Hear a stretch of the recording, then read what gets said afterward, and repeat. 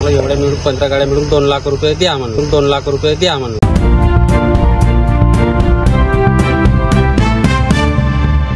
भंडारा में रेती तस्करी की आड़ में वन विभाग का काला सच उजागर।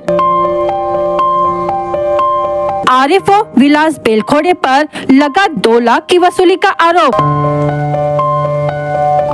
15 ट्रैक्टर पकड़े गए, 13 को पैसे लेकर छोड़ा, सिर्फ 2 पर की कार्रवाई। भंडारा के खमारी गांव में शनिवार सुबह 6 बजे रेती तस्करी कर रहे 15 ट्रैक्टरों को वन विभाग की टीम ने आरएफओ विलास बेलखोड़े के नेतृत्व में पकड़ा, लेकिन कार्रवाई में जो खुलासा हुआ उसने पूरे वन विभाग की कार्यशैली पर सवाल खड़े कर दिए हैं। स्थानीय नागरिकों और ट्रैक्टर मालिकों ने आरएफओ बेलखोड़े और उनकी टीम पर गंभीर आरोप लगाए हैं। बताया गया है कि 15 ट्रैक्टर छोड़ने के एवज में 2 लाख रुपए की मांग की गई। ट्रैक्टर मालिकों ने मिलकर 1,60,000 रुपए टांगले जी सुरेवाड़ा को दिए, जो बेलखोड़े के एजेंट के तौर पर काम करता है। पैसे देने के बाद 13 ट्रैक्टरों को छोड़ दिया गया और सिर्फ 2 पर कार्रवाई की गई। इस पक्षपाती कार्रवाई पर खमारी गांव के लोगों ने सवाल उठाया, अगर सब गाड़ियां रेती तस्करी में लिप्त थी तो सिर्फ 2 पर ही कार्रवाई क्यों? निखिल मारवाड़ी नामक नागरिक ने कहा, पैसे लिए हैं तो गाड़ियां छोड़ो या पैसे वापस करो, वरना सब पर कार्रवाई करो। इतना ही नहीं, ग्रामीणों ने ये भी आरोप लगाया कि उपाध्याय माधवी नामक फॉरेस्ट गार्ड द्वारा हर ट्रैक्टर से हर महीने 1500 रुपए की एंट्री फीस वसूल की जाती थी। यह पैसा सीधे अधिकारियों तक पहुंचाया जाता था ताकि रेती तस्करी बेरोक टोक चलती रहे। अब बड़ा सवाल उठता है कि क्या भंडारा वन विभाग के अफसर रेती माफिया से मिले हुए हैं? क्या यह महज एक आरएफओ का मामला है या पूरे तंत्र की मिलीभगत? ग्रामीणों और सामाजिक संगठनों ने सरकार और वन विभाग के उच्च अधिकारियों से मांग की है कि आरएफओ विलास बेलखोड़े को तुरंत सस्पेंड कर निष्पक्ष और स्वतंत्र जांच करवाई जाए। निखिल चिंतामण मारवाडी, बेलगाव रेती माझी शेती आहे तिथे बेलगाव रेती शिवारात माझ्या रेतीचा धंदा आहे। मी पण चोरी करतो। आता आजची घटना सकाळी 6 वाजेची घटना। माझ्या बांधाच्यावर आरोप बेलखोड़े साहेबांनी गाड्या पकडला। त्याची टीम होती 4-5 जण 8 जण त्याने पकडला। त्याला म्हणला, सर समस्या काय आहे म्हणला, तर आम्हाला एवढ्या मिळून 15 गाड्या मिळून 2 लाख रुपये द्या म्हणला। तर आम्ही एवढे ट्रॅक्टरवाल्यानं कोणी 15,000 कोणी ज्याच्याजवळ पैसा कोणी आम्ही एकमेकाला मदत केला, असा 2 लाख रुपये करून दिला त्याला। कोणत्या अधिकारीला? बेलखोड़े साहेब आरएफवाले आरएफ त्यानं आपलं चांगली जी होतं सुरवाड्याच्या ते लाकडाचा धंदा करतात। त्याच्या जरियानं त्याच्याजवळ आम्ही पैसे दिला। जे नवीन पोट्ट होतं त्यानं 13 गाड्या गेल्या। ज्या 2 गाड्या होत्या मागवून त्या 2 गाड्या त्यानं रोखून ठेवला होता। म्हणजे ते पैसा आणायला गेला होता ट्रॅक्टरवाला, 2 ट्रॅक्टरवाला मालक त्यानं आणला। तर ते साहेब म्हणत आम्हाला कारवाईसाठी राहू द्या। सर म्हणला लावायचे होत्या तुम्हाला 15 गाड्या लावायला पाहिजे होता, त्याच्यात माझी पण गाडी आहे।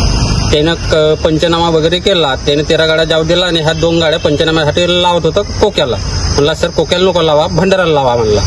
तर आम्ही भंडारावर नेऊन गाड्या सोडून देऊ म्हटलं। यानं काही गाड्या सोडला नाही।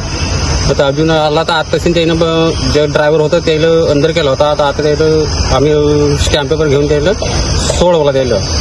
आता त्याला आमची एकतर सर 2 लाख रुपये वापिस द्या म्हणा, नाही तर आमच्या 2 गाड्या सोडून द्या म्हणा। वरून एंट्री दिला होता सर 1500 रुपये।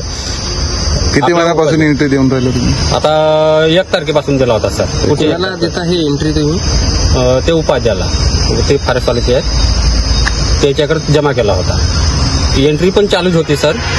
फॉरेस्टवाले म्हणजे कोणत्या पदावर आहे ते माहित आहे? भंडाऱ्याचे जे रेंजर आहेत हो, त्यांचं नाव माहिती आहे का तुम्हाला? त्याचं आडनाव माहित आहे, आरयूप म्हणजे बेलतुरे असं का बेलतुरे नाव आहे। हां, त्यांना तुम्ही पैसे दिले? हो, आम्ही नाही दिला, आम्ही दुसऱ्या जरांनी दिला। आपलं टांगले जी ते लाकडाचा धंदा करते सुखदेव टांगले, त्याला बोलावते फोन करून का या म्हणून आम्ही गाड्या पकडला, त्याला बोलावते ते करून देते सेटिंग। टांगले आणि बेलखोड़े यांचे संबंध आहे कशावरून? त्याचे ते खोळ्याचे धंदा करतात सुखदेवजी टांगले, त्याला फोन करतात आम्ही गाड्या पकडला। ते मग ते आम्हाला सांगतात एवढे मग साहेब म्हणतात एवढं तुम्ही पैसे जमा करा। आम्ही पैसे जमा करून त्या सुखदेव टांगल्याजवळ देतात, ते आरोपी साहेबाला देतात पैसे।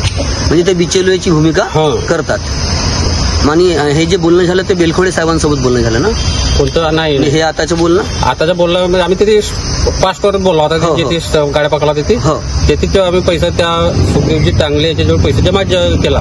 म्हणजे ज्याच्या जो 2 मालक होतं गाडीवाला त्याच्याजवळ पैसा आम्ही घरून पैसा आणून देता. हो. तर म्हणला जे आम्हाला तेवढं काय जमा होतो रे तुम्ही आणून द्या म्हणला. आमच्या खिशात होता आम्ही आपल्या गाड्याच्या दिला, आपल्या गाड्या आमच्याकडे गेल्या.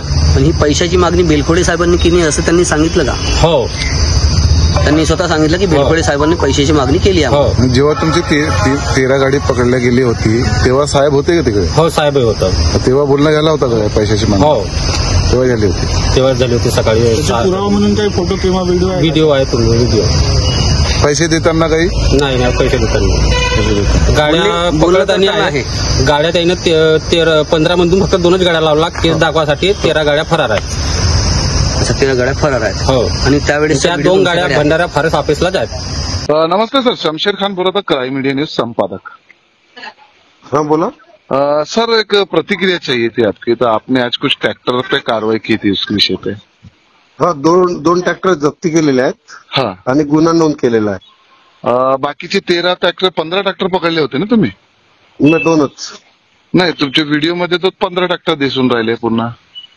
नाही, तो कोण व्हिडिओ टाकला का केला, आम्हाला 2 दिसले, आम्ही 2वर कारवाई केली. नाही तर सर व्हिडिओमध्ये दिसून राहिले 15, तुम्ही 2 म्हणून राहिले ना, म्हणून आम्ही 2च ट्रॅक्टर पकडले आणि 2वर प्रेस कारवाई केली. कॉन्फरन्स झालेली आहे त्यांच्यावर त्यांनी आरोप लावलेला आहे की तुम्ही 2 लाख रुपये मागणी ते केली होती. कोणी काय केले तुम्ही त्यांना विचारा. नाही तर ते तुम्हाला विचार, तुमची प्रतिक्रिया द्यायला विशेष आहे ना सर आम्हाला. नाही ते